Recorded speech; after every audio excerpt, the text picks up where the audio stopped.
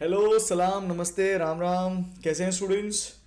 मेरा नाम है गौरव मिश्रा और आज के इस वीडियो में हम लोग बात करने वाले हैं अबाउट एड्रिनल ग्लैंड के बारे में। Now if you can look into the screen, आप देख पाएंगे कि किडनी के ऊपर कुछ एक टोपी जैसा, कवर जैसा कुछ लगा हुआ है। ठीक है, ये किडनी के ऊपर है। तो ऐसी ग्लैंड जो किडनी के ऊपर देखी जाएगी उसे कहेंगे एड्रिनल ग्लैंड, और इसके लिए हमारे पास एक टर्म है मेडिकल बायोलॉजी में, that is supra renal gland. Right, supra means what? Anything that is above, and it is above kidney. Kidney के लिए रीनल टर्म यूज किया जाता है, और ग्लैंड का मतलब ग्रंथि। तो कोई भी ऐसी ग्लैंड जो हमारी किडनी के ऊपर होगी उसे कहा जाएगा सुप्रा रीनल ग्लैंड। इसके जो जब आप इसकी एनाटॉमी पढ़ेंगे तो आप देख पाएंगे it is form by the fusion of two layers.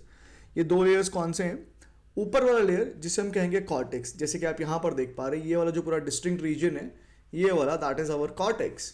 It constitutes approximately 70% of the adrenal gland, and then the brown वाला part जो अंदर की तरफ होता है, this is our medulla.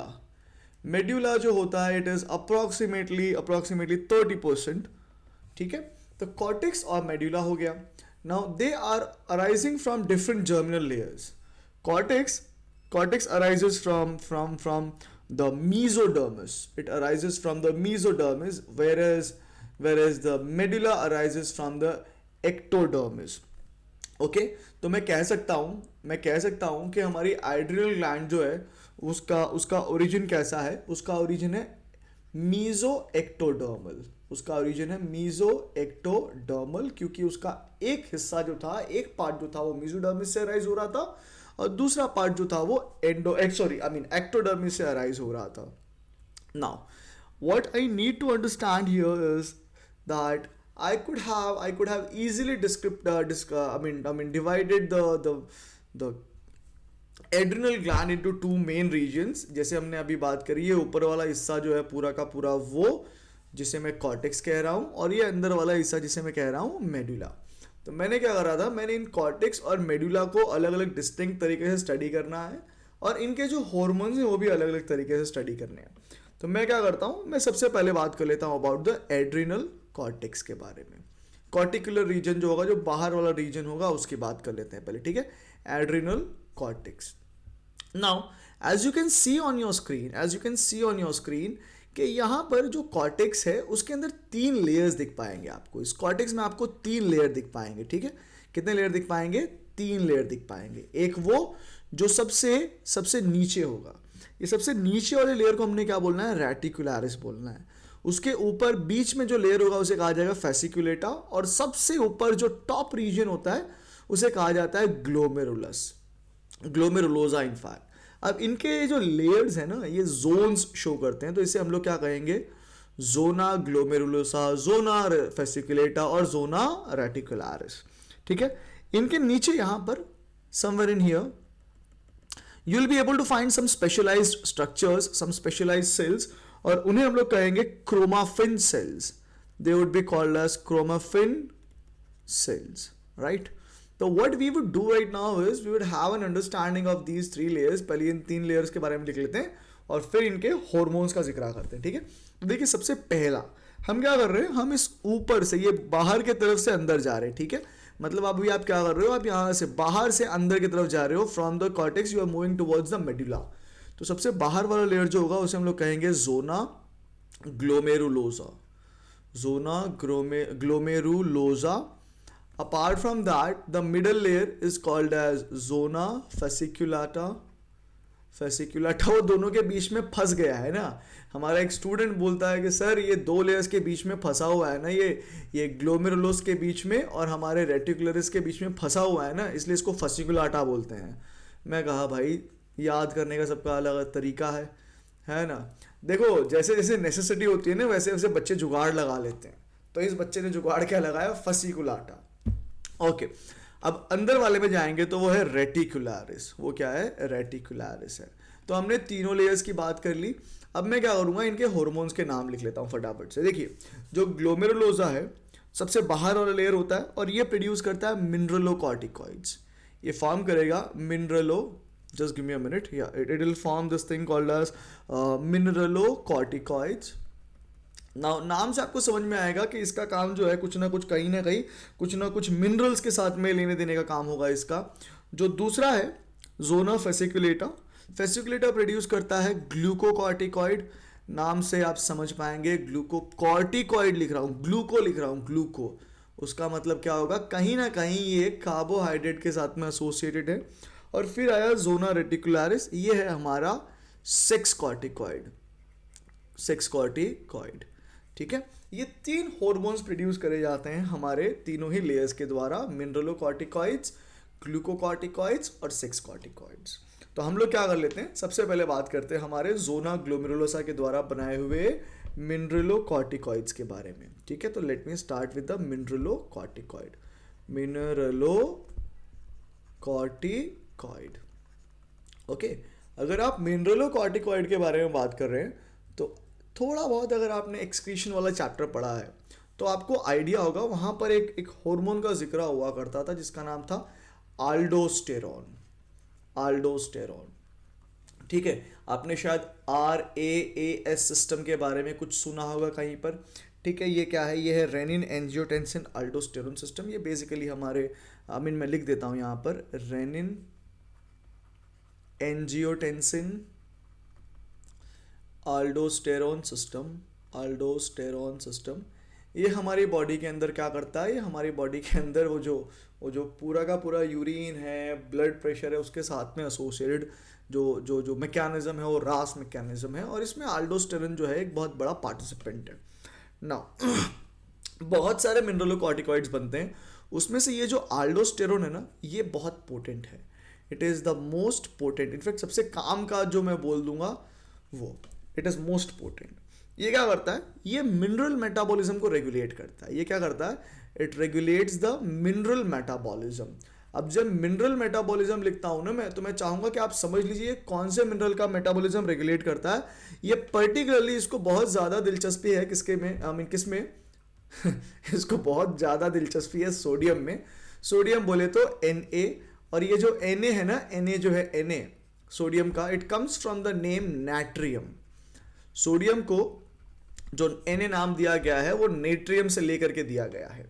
ठीक है, नाउ इसे कई बार, अल्डोस्टेरोन को कई बार हम बोलते हैं हाइपर नाट्रिमिक फैक्टर। अब तुम्हें समझ में आ गया होगा कि सर आपने ये नाट्रिमिक फैक्टर लिखा है या फिर नाट्रिमिक, आपने ये जो नेट्रियम बताया वो क्यों बताया। तो ये क्या करता है, अल्डोस्टेरोन अगर तुम्हारी बॉडी में ज़्यादा होगा, ये तुम्हारी बॉडी में अगर ज़्यादा होगा तो ये क्या करेगा, इस नेट्रियम का लेवल क्या कर देगा, इंक्रीज करवा देगा। ये नेट्रियम का लेवल क्या करवा देगा, इंक्रीज करवा देगा, कहाँ पर, ब्लड के अंदर। ठीक है, हाइपर नाइट्रेमिक फैक्टर के नाम से भी इसे जाना जाता है। देखो अल्डोस्टेरोन जो है ना, अल्डोस्टेरोन जो है, अल्डोस्टेरोन का रेगुलेशन ये रास सिस्टम करता है। ठीक है, अल्डोस्टेरोन का जो जो जो जो पूरा का पूरा रेगुलेशन है, कब बनेगा कब नहीं बनेगा, क्या काम है क्या नहीं है, वो इस रास के द्वारा रेगुलेट किया जाता है, ना कि का ACTH के द्वारा, जो कि आपकी एंटीरियर पिट्यूटरी से बन रहा था। एड्रीनोकॉर्टिकोट्रॉपिक हार्मोन था, याद है ना, एंटीरियर पिट्यूटरी के द्वारा बनाया हुआ, वो इसको रेगुलेट नहीं करता अल्डोस्टेरोन को। अल्डोस्टेरोन को रेगुलेट करेगा रास मैकेनिज्म के द्वारा, उसका रेगुलेशन होगा।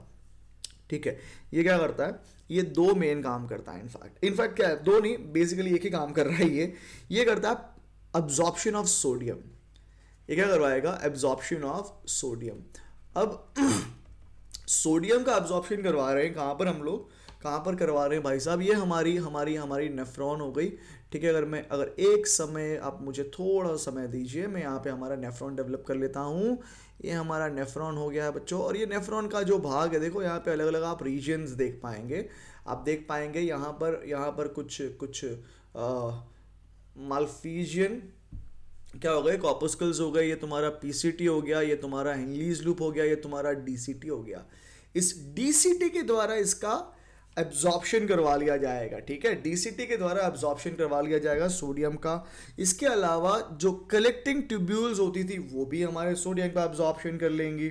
ठीक है, तो बेसिकली एब्जॉर्प्शन करके सोडियम जा कहाँ रहा है भाई, वो एब्जॉर्प्शन करके सोडियम जा कहाँ रहा है, ये जा रहा है ब्लड में, इसीलिए तुम इसे कह रहे थे हाइपर नाइट्रेमिक फैक्टर। ठीक है, अब मान लो कोई व्यक्ति है जिसके अंदर ये अल्डोस्टेरोन का हाइपर सिक्रीशन हो रहा है, मान लेते हैं किसी व्यक्ति के अंदर इस अल्डोस्टेरोन का हाइपर सिक्रीशन हो रहा है, तो इस व्यक्ति को हो सकती है एक बीमारी जिसे तुम कहोगे कॉन्स डिजीज। ठीक है, इस व्यक्ति को तुम कहोगे क्या, इस व्यक्ति को तुम कहोगे हो गई ये बीमारी जिसका नाम है कॉन्स डिजीज। अब कॉन्स डिजीज के अंदर क्या है, क्योंकि अल्डोस्टेरोन के साथ में एसोसिएटेड था, तो तुम देखोगे इसके अंदर जो सोडियम का लेवल था ना, Na+ का लेवल बहुत बढ़ा हुआ रहेगा। Na+ level rises in blood, sodium का लेवल जो है बहुत ज़्यादा बढ़ा हुआ रहेगा इस व्यक्ति के अंदर। दूसरा सोडियम के लेवल बढ़ने से क्या होता था, ब्लड प्रेशर आपका बढ़ सकता है, ब्लड प्रेशर राइज होगा। ब्लड प्रेशर के राइज होने से आपको क्या हो सकती है बच्चों, हाइपर टेंशन। ब्लड प्रेशर बढ़ा मतलब आपके जो ब्लड वेसल्स थी उसके ऊपर प्रेशर ज़्यादा एग्जर्ट होगा, हाइपर टेंशन हो सकता है। ठीक है, हाइपर टेंशन हो सकता है ना। अपार्ट फ्रॉम दैट आप क्या देखोगे कि सोडियम का लेवल तो बढ़ा, क्या देखा आपने, सोडियम का लेवल तो बढ़ा, तो मैं लिखता हूं sodium increases in blood, sodium increases in blood. अब सोडियम जब बढ़ा ना, अब सोडियम जब बढ़ा तो क्या होगा, हम देखेंगे कि जो पोटाशियम था वो क्या करेगा, it will pass through urine. देखिए मैंने ये एक्सक्रीशन वाला चैप्टर नहीं बनाया है वीडियो उसका, तो पहले ये चैप्टर खत्म करने के बाद में I would start with this excretion वाला चैप्टर ऑल्सो। तो ये सब जो चीज़ें ना, मैं जब आपको वहाँ पर नेफ्रॉन का स्ट्रक्चर और उसकी वर्किंग समझाऊंगा तो वहाँ पर ये मैं और अच्छे डिटेल में आपको समझा पाऊंगा। ठीक है, तो आप टेंशन न लीजिए, इवेंचुअली इस चीज़ को बहुत ज़्यादा विस्तार में समझा दिया जाएगा। अभी आप फॉर टाइम बिंग आप 22nd चैप्टर के अकॉर्डिंगली इसको प्रिपेयर करते हैं तो this would be more than enough. ठीक है, पोटेशियम पास करेगा यूरिन से। अब जब पोटेशियम यूरिन में से पास होता था और उसको वो किडनी से जब गुजरता था ना, तो वो क्या कर सकता था, इसका इम्पैक्ट पड़ सकता था हमारी किडनी के ऊपर, इसका इम्पैक्ट पड़ सकता था हमारी किडनी के ऊपर। क्या इम्पैक्ट पड़ सकता था, हमारी जो किडनी है वो फेल हो सकती थी। तो पोटेशियम का लेवल जो है ना वो, और सोडियम का लेवल जो है वो बहुत बहुत कंट्रोल्ड तरीके से हमें हमारी बॉडी के अंदर बनाए रखना था। अगर वैसा नहीं हो पाता है तो it could lead to kidney failure. और ये जो है ये सारी की सारी मेहरबानी हो रही है किसकी, अल्डोस्टेरोन की। ठीक है, आगे बढ़ता हूँ मैं और मैं बात करता हूँ सेकंड कैटेगरी की या फिर सेकंड हार्मोन्स की जो बन रहे थे किसके द्वारा। वो जो बीच में फंस गया था कौन था, वो जो फंस गया था वो कौन था, वो था ग्लूकोकॉर्टिकॉइड। देखो हैं बहुत सारे, बट हम लोग इसके अंदर भी एक ही की बात करेंगे, और जिसकी बात करेंगे वो दबंग आदमी कौन है, वो है कॉर्टिसोल, वो है कॉर्टिसोल। देखिए कॉर्टिसोल की अगर आप बात करते हो तो जैसे वहां पर अल्डोस्टेरोन मोस्ट पोटेंट मिनरलोकॉर्टिकॉइड था, वैसे यहाँ पर कॉर्टिसोल जो है वो मोस्ट पोटेंट ग्लूकोकॉर्टिकॉइड है। इसलिए मैं सारा का सारा जो जिक्र करूंगा, सारा का सारा जो डिस्कशन करूंगा वो इस कॉर्टिसोल के रिस्पेक्ट में होगा। Now, this is a hyperglycemic factor. This is a hyperglycemic factor. Glycemic factor जब मैं बोलता हूँ वो भी हाइपर वाला, तो तुम्हारे दिमाग की बत्ती जल जानी चाहिए, तुमको याद आना चाहिए कौन है, याद आना चाहिए बताओ, जो ग्लूकोज की मात्रा ब्लड में बढ़ाता था, ग्लूकागॉन। कौन, ग्लूकागॉन। ठीक है, तो ये चीज़ तुमको ध्यान में रखनी है। अब हाइपरग्लाइसेमिक है मतलब ग्लूकोज का लेवल जो है वो बढ़ रहा है। अब ग्लूकोज का लेवल कैसे बढ़ाया जा रहा है दोस्तों, हमने क्या ले लिया, हमने ग्लाइकोजन ले लिया, इस ग्लाइकोजन को ब्रेक डाउन करवा दिया किसके अंदर, ग्लूकोज में। और ये ग्लूकोज कहाँ पर बढ़ रहा है, ये ग्लूकोज बढ़ रहा है तुम्हारे ब्लड के अंदर। ठीक है, तो तुम देख रहे हो ग्लूकोज का लेवल बढ़ा दिया गया कॉर्टिसोल के द्वारा और वो बन गया हाइपरग्लाइसेमिक फैक्टर। तो ये जो है ना, ये जो हमारा कॉर्टिसोल है, ये क्या कर रहा है, ये ग्लूकागॉन की तरह काम कर रहा है। ये क्या कर रहा है, ग्लूकागॉन की तरह काम कर रहा है। अब क्योंकि ये ग्लूकागॉन की तरह काम कर रहा है तो मैं इसको बोल सकता हूं क्या, कि ये शो कर रहा है क्या, सिनर्जिस्टिक इफेक्ट। ये क्या शो कर रहा है, सिनर्जिस्टिक शो कर रहा है ग्लूकागॉन के मुकाबले। बट इंसुलिन के मुकाबले ये उल्टा काम कर रहा है। तो इंसुलिन के लिए क्या हो जाएगा, इंसुलिन के लिए हो जाएगा एंटागोनिस्ट। ठीक है, इंसुलिन के लिए एंटागोनिस्ट हो गया। क्यों, क्योंकि इंसुलिन जो था वो हाइपोग्लाइसेमिक था और ये हाइपर है, दोनों विरुद्ध काम कर रहे हैं एक दूसरे के, इसलिए एक दूसरे के एंटागोनिस्ट हो जाएंगे। जबकि ग्लूकागॉन और कॉर्टिसोल दोनों ही ब्लड के अंदर ग्लूकोज का लेवल बढ़ा रहे थे, तो ये दोनों का इफेक्ट जो है वो सिनर्जिस्टिक होगा। ठीक है, चलिए इट कैन ऑल्सो इंड्यूस, जैसे इसने हाइपरग्लाइसीमिया किया और इसने ग्लूकोज बनाया ग्लाइकोजन को तोड़ के, बेसिकली इसने क्या करा है, इसने किया है क्या, ग्लाइकोजिनोलाइसिस परफॉर्म करी है, ठीक है, इसने क्या करी है, इसने ग्लाइकोजिनोलाइसिस परफॉर्म करवाई है। वैसे ही ये क्या इंड्यूस कर सकता था, ये इंड्यूस कर सकता था ग्लूकोनियोजेनेसिस। अब अगर ग्लूकोनियोजेनेसिस की बात करते हो और आपने पिछले वीडियोस देखे हैं तो आपको पता होगा कि हम लोग ने ऑब्जेक्टिव क्या रख के रखना है भैया, हमने तो बनाना है ग्लूकोज, हमने तो क्या बनाना है, हमने तो बनानी है ग्लूकोज, और ग्लूकोज या फिर कोई दूसरा कार्बोहाइड्रेट। बट अगर इसका सोर्स कार्बोहाइड्रेट को छोड़ के अगर कोई प्रोटीन हो गया, अगर कोई लिपिड हो गया, तो अगर किसी नॉन कार्बोहाइड्रेट सोर्स में से, दैट इज अ प्रोटीन और अ लिपिड से अगर मैं ग्लूकोज बनाता हूं या कोई कार्बोहाइड्रेट बनाता हूं, तो उसे कहा जाता है ग्लूकोनियोजेनेसिस। ऑलराइट किड्स, चलिए इतनी बात आगे आ गई है, आगे बढ़ रहा हूं मैं। अब समझने की बात करना, समझने के थोड़ा सा प्रयास करना, ये क्या कर सकता है, अगर कॉर्टिसोल है तुम्हारी बॉडी में तो ये क्या करेगा, ये एंटी स्ट्रेस हार्मोन है। अगर आपके अंदर स्ट्रेस का लेवल बढ़ जाता है, आपके वेसल्स अगर बहुत ज़्यादा कॉन्स्ट्रिक्ट हो जाते हैं, तो स्ट्रेस की मात्रा आपके अंदर बढ़ती है, स्ट्रेस बढ़ता है और स्ट्रेस को ये घटा सकता है। साथ साथ में ये एंटी इन्फ्लेमेटरी भी है, ये एंटी इन्फ्लेमेटरी भी है। ऑलराइट, तो ये दो पॉइंट जो है ये ग्लूकोकॉर्टिकॉइड के रिस्पेक्ट में बहुत इंपॉर्टेंट बन जाते हैं, बहुत सारे बुक्स में मेंशन नहीं करा हुआ है। दूसरा, ये एंटी एलर्जिक भी है, ये एंटी एलर्जिक भी है, मतलब क्या हो सकता है, ये अपने को पता है कि भैया जब कोई व्यक्ति को एलर्जी होती है तो उसकी बॉडी में आईजीई बनते हैं, हिस्टामाइंस बनते हैं, तो वो क्या करते थे, एंटी हिस्टामाइन लिया करते थे। जो पंप लेते हैं अस्थमा वाले, वो एंटी हिस्टामाइन डालते हैं अपने शरीर के अंदर। एंटी एलर्जिक जो है कॉर्टिसोल हो सकता है। और दूसरा ये क्या है, एनेस्थेटिक भी है, ये एनेस्थेटिक भी है, बहुत ज़्यादा पोटेंट नहीं है। एनेस्थीसिया का मतलब क्या होता है, अगर आपने कभी मेडिकल टर्म में या मेडिकल साइंस की बात अगर मैं करूँ और आपको किसी चीज़ को सुन्न करवाना हो, किसी जगह पे ऑपरेशन करके किसी जगह का जो रिसेप्टिविटी था, सेंसेशन था, वो डिक्रीज करवाना था, तो एनेस्थीसिया दे सकते हैं। कई बार हम लोग क्या करते हैं, ये देखो ये बहुत इंपॉर्टेंट पॉइंट है, तो यहाँ पे नोट करके आप लिख देना, नोट करके यहाँ पे आप लिख देना क्या, कि जब ऑपरेशन होता है ना किसी का, जब ट्रांसप्लांटेशन करते हैं, जब ऑर्गन ट्रांसप्लांटेशन किया जाता है, तब लोगों की बॉडी में, जिसके अंदर ट्रांसप्लांट परफॉर्म किया जा रहा है, उसकी बॉडी में हम लोग ये कॉर्टिसोल डाल देते हैं। क्यों डाल देते हैं, ये कॉर्टिसोल क्या कर देता है, इम्यून सिस्टम को सप्रेस कर देता है, ये इम्यून सिस्टम को सप्रेस कर देता है। तो जो फॉरेन ऑर्गन तुम्हारी बॉडी के अंदर आ रहा है, उसको हमारी बॉडी क्या करती है, बहुत ज़्यादा सीवियर तरीके से रिस्पॉन्ड करती नहीं है, इंस्टेंट बहुत आसानी से वो ऑर्गन जो है एक्सेप्ट कर लिया जाता है। तो यहाँ से अगला पॉइंट हमारे काम का बन जाएगा क्या, कि ये क्या कर देता है, ये सप्रेस कर देता है इम्यून सिस्टम। ठीक है, इम्यून सिस्टम जो है वो आपका थोड़ा सा कॉम्प्रोमाइज हो सकता है कि अगर ग्लूको कॉर्टिसोल बहुत ज़्यादा बन जाए। दूसरा ये क्या कर सकता है, it can prevent the deposition of collagen. तो हमने लास्ट क्लास में लास्ट वीडियो में बात करी थी कि भैया हमारे पास एक हार्मोन हुआ करता था जो कोलेजन के डेवलपमेंट को या उसके फॉर्मेशन को स्टिमुलेट करता था, जिसमें हमने बात करी थी अबाउट द सोमेटोस्टैटिन की। तो सोमेटोस्टैटिन के विरोध में ये काम कर रहा है, ठीक है। और ये क्या कर सकता है, ये रिलीव करता है आर्थराइटिस। अगर किसी को आर्थराइटिस हो रखी है तो वो आर्थराइटिस जो है यहाँ से उसको थोड़ी सी राहत मिल सकती है। मैंने यहाँ पे आर्थराइटिस की स्पेलिंग गलत लिख दी है थोड़ी। ऑल राइट, नाउ ये है ना भाई, वो कॉर्टिसोल जो एक काम की चीज़ भी करता है क्या, इनफैक्ट ये ज़्यादातर चीज़ें काम की ही कर रहा है। ये काम की चीज़ जो कर रहा है वो क्या कर रहा है, it can stimulate RBC formation. तो आरबीसी फॉर्मेशन जो होना था ये बड़ा नेसेसरी है। आरबीसी फॉर्मेशन को हम लोग कई बार कहते हैं एरिथ्रोपोएसिस, राइट।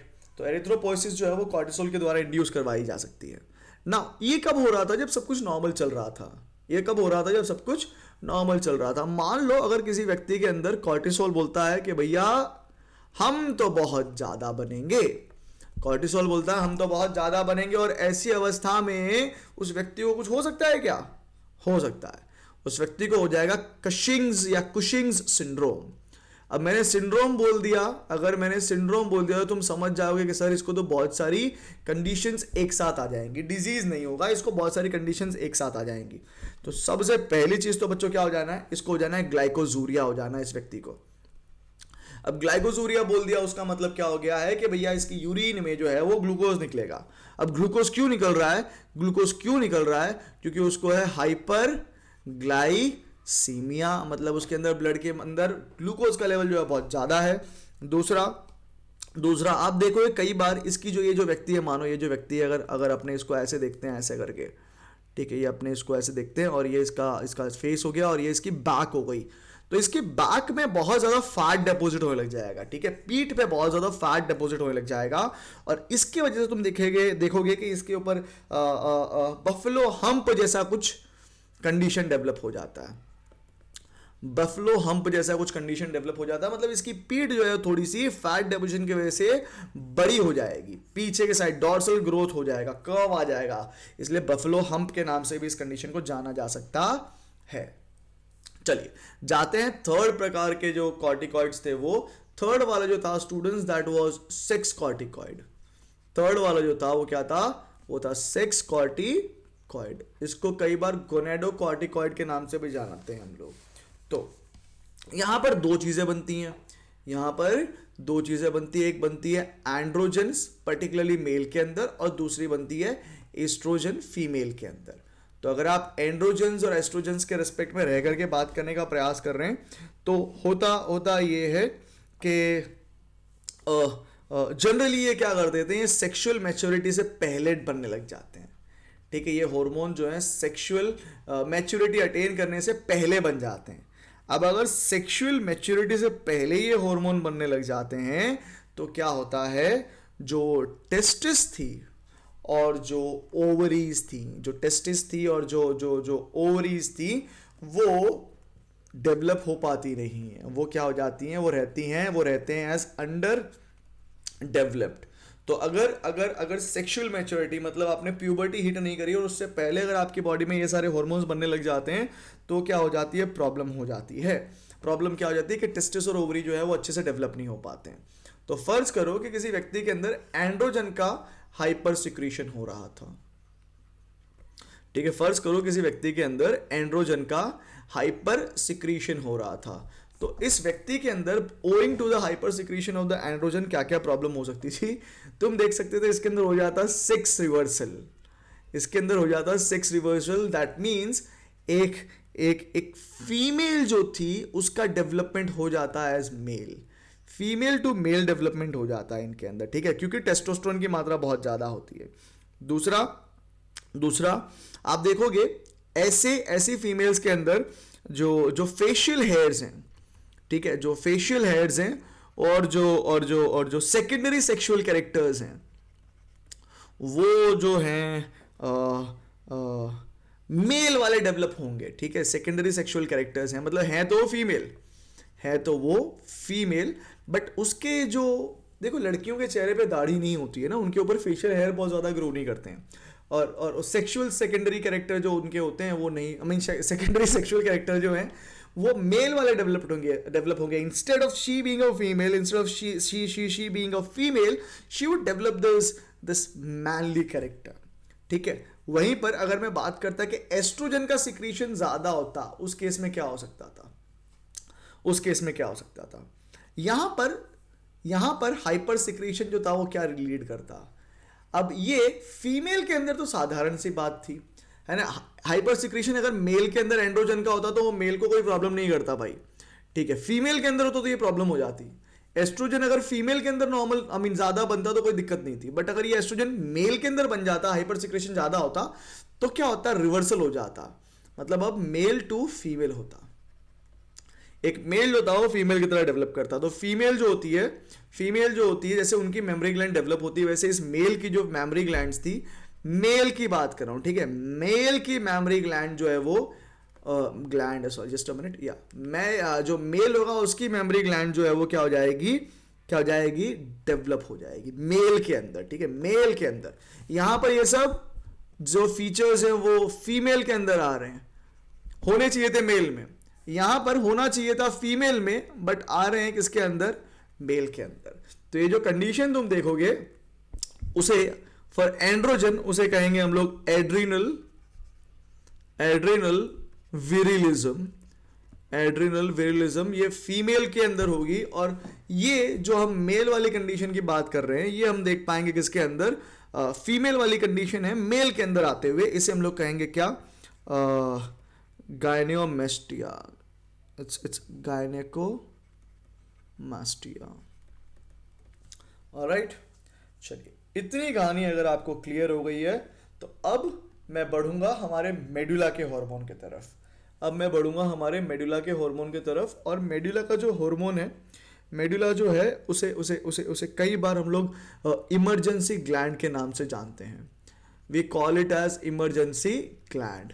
इमरजेंसी ग्लैंड के नाम से इसे जानते हैं। और इसके जो हॉर्मोन्स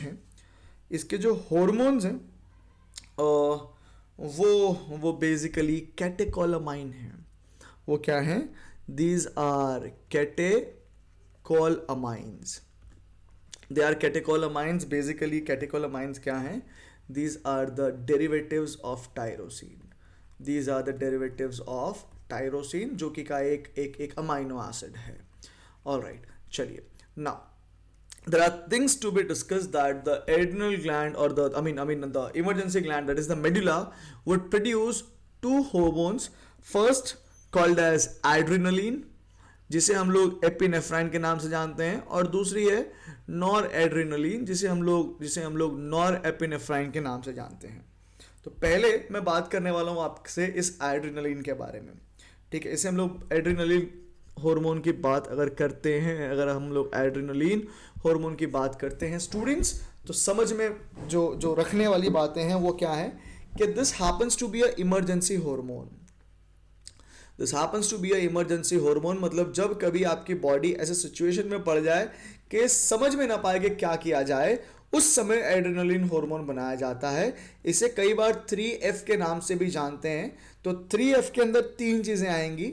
इसके अंदर आएगा फियर, इसके अंदर आएगा फाइट, और इसके अंदर आएगा फ्लाइट। मतलब जब आप बहुत डरे हुए होगे, आपको सिचुएशन से या तो भिड़ना है, लड़ना है, या उस सिचुएशन से डर के भागना है, तीनों ही केस में आपके अंदर बनेगा एड्रेनलिन। नाउ ध्यान रखने वाली बात क्या है, ये प्रोड्यूस किया जाता है सिंपैथेटिक नर्वस सिस्टम के द्वारा, न कि हमारी पिट्यूटरी के द्वारा, ठीक है। पिट्यूटरी से हॉर्मोन्स नहीं आ रहे थे मेडुला के पास बनने के लिए, है ना। पिट्यूटरी जैसे वहाँ से हॉर्मोन्स बनवाया करती, जैसे ACTH था, TSH था, ये सब हॉर्मोन्स जो हैं यहाँ पर नहीं बनेंगे पिट्यूटरी के द्वारा एड्रेनलिन बनाने के लिए। यहाँ पर एड्रेनलिन बनाने का जो सिग्नल है वो सीधा सिंपैथेटिक नर्वस सिस्टम से आएगा स्टूडेंट्स। नाउ मान लीजिए किसी व्यक्ति के अंदर एड्रेनलिन बनने लग गया, तो ये क्या क्या कर सकता है। उस व्यक्ति के अंदर बहुत ज़्यादा पसीना आएगा। पसीना आ रहा है मतलब पानी निकल रहा है। पानी कब निकलेगा, जब बहुत ज़्यादा रेस्पिरेशन होगा। अब रेस्पिरेशन ज़्यादा हो रहा था तो ऑक्सीजन ज़्यादा चाहिए था, और ऑक्सीजन ज़्यादा चाहिए तो हार्ट को क्या करना पड़ता था, ज़्यादा बीट करना पड़ता था, ताकि ऑक्सीजन वाला ब्लड को बहुत दूर दराज के इलाकों तक पहुँचाया जा सके। हार्ट बीट जो है वो क्या हो जाती है, बढ़ जाती है। हार्ट बीट बढ़ गई तो साथ साथ में जो आपका ब्रीदिंग रेट था वो भी क्या हो जाता है, बढ़ जाता है। उसके अलावा क्योंकि हार्ट बीट ज़्यादा है तो प्रेशर ज़्यादा हो जाता था वेसल्स के अंदर। तो आप देखते थे यहाँ पर होता था डायलेशन ऑफ कोरोनरी आर्टरी। आपके हार्ट ने ज़्यादा काम करना है तो हार्ट को क्या करना चाहिए था, ज़्यादा रेस्पिरेशन करना था, ज़्यादा ऑक्सीजन चाहिए था। तो वेसल्स जो थी वहाँ की वो डायलेट हो गई। कोरोनरी आर्टरी बेसिकली थोड़ी ज़्यादा डायलेट हो गई। हवा ज़्यादा चाहिए थी तो ब्रोंकियोल्स जो थे वो डायलेट हो गए, वो ज़्यादा फूल गए। उसके अलावा आपकी जो आंखें थी उसके अंदर जो प्यूपिल था वो भी डायलेट हो गया, ताकि वो सामने वाले सिचुएशन को बहुत अच्छे से एग्जामाइन कर सके। एड्रेनलिन जो था वो क्या था, it was hyperglycaemic in nature. अब ये हाइपरग्लाइसेमिक क्यों हो रहा है, क्योंकि हमको चाहिए एनर्जी भाइयों। और एनर्जी कब होगी, जब ग्लूकोज होगा। तो हमने क्या कर दिया था, तुरंत जो ग्लाइकोजन भरा हुआ था उसको ब्रेक डाउन किया और कन्वर्ट कर दिया ग्लूकोज में। अब इस ग्लूकोज से मैं ग्लाइकोलिसिस करवाऊंगा, क्रैब साइकिल करवाऊंगा और 38 एटीपी या 36 एटीपी निकलवाऊंगा, और फिर मैं या तो लड़ूंगा या तो मैं भागूंगा या फिर मैं डरता रहूंगा। ठीक है। Now the adrenaline can stimulate RBC formation. RBC formation stimulate हो रहा है, मतलब क्या हो रही है, एरिथ्रोपोएसिस हो रही है। Alright, now apart from this what impact can the adrenaline have? It can increase your alertness. ठीक है, आप आजू बाजू जो आपके सिचुएशंस हैं उससे बहुत ज़्यादा वाकिफ होने लग जाएंगे, आपके जो प्यूपिल है वो डायलेट हो जाएंगे, पहले बता दिया, स्वेटिंग भी है। एक नया टर्म यहाँ पे मैं आपके सामने इंट्रोड्यूस करूंगा, वो होगा पाइलो इरेक्शन। ठीक है, पाइलो इरेक्शन का मतलब क्या होता है, जिसको आप गूज बम्स बोलते हो ना, गूज बम्स बोलते हो, वो आपने सुना होगा क्या कि रुआटे खड़े हो गए। तो दोज रुआटे खड़े होना और pilo erection in terms of biology. Okay, now what it would do is basically, मान लो आप फ्लाइट में आ गए, आप आई मीन फ्लाइट नहीं, भाग नहीं रहे हो आप कौन है, शेर हो, आप मान लो भिड़ गए, आप फाइट में आप पड़ गए सामने वाले से, और सामने वाले ने आपको दे मारा दबा करके, and you have started to bleed. तो आपका जो ब्लड क्लॉटिंग था वो होना जरूरी था। तो ये ब्लड क्लॉटिंग की जो प्रोसेस थी उसको क्या कर देता है, वो फटाफट कर देता है, हास्टन करने लग जाएगा, ब्लड क्लॉटिंग जो है वो जल्दी जल्दी होने लग जाएगी। उसके अलावा क्योंकि आपको सारी एनर्जी या तो लड़ने या तो भागने के लिए लगानी थी, तो हमारी बॉडी क्या करती है, जो एलिमेंट्री कैनाल के फंक्शंस थे उसको इनहिबिट कर देगी। ठीक है, ये क्या करेगी, एलिमेंट्री कैनाल के जो फंक्शंस हैं, एलिमेंट्री कैनाल के जो फंक्शंस है वो क्या कर दिए जाएंगे, इनहिबिट कर दिए जाएंगे। Alimentary canal functions are inhibited. क्यों भाई, क्यों इनहिबिट कर देना है? क्योंकि मैंने सारी की सारी एनर्जी क्या करनी है, इन दो ही काम में लगानी है। मेरे को खाना पचाने में मेरी एनर्जी बहुत ज़्यादा बर्बाद करनी नहीं है, बर्बाद नहीं करनी है। ठीक है, बर्बाद नहीं करनी है। ठीक है, ये बात हो गई एड्रेनलिन की।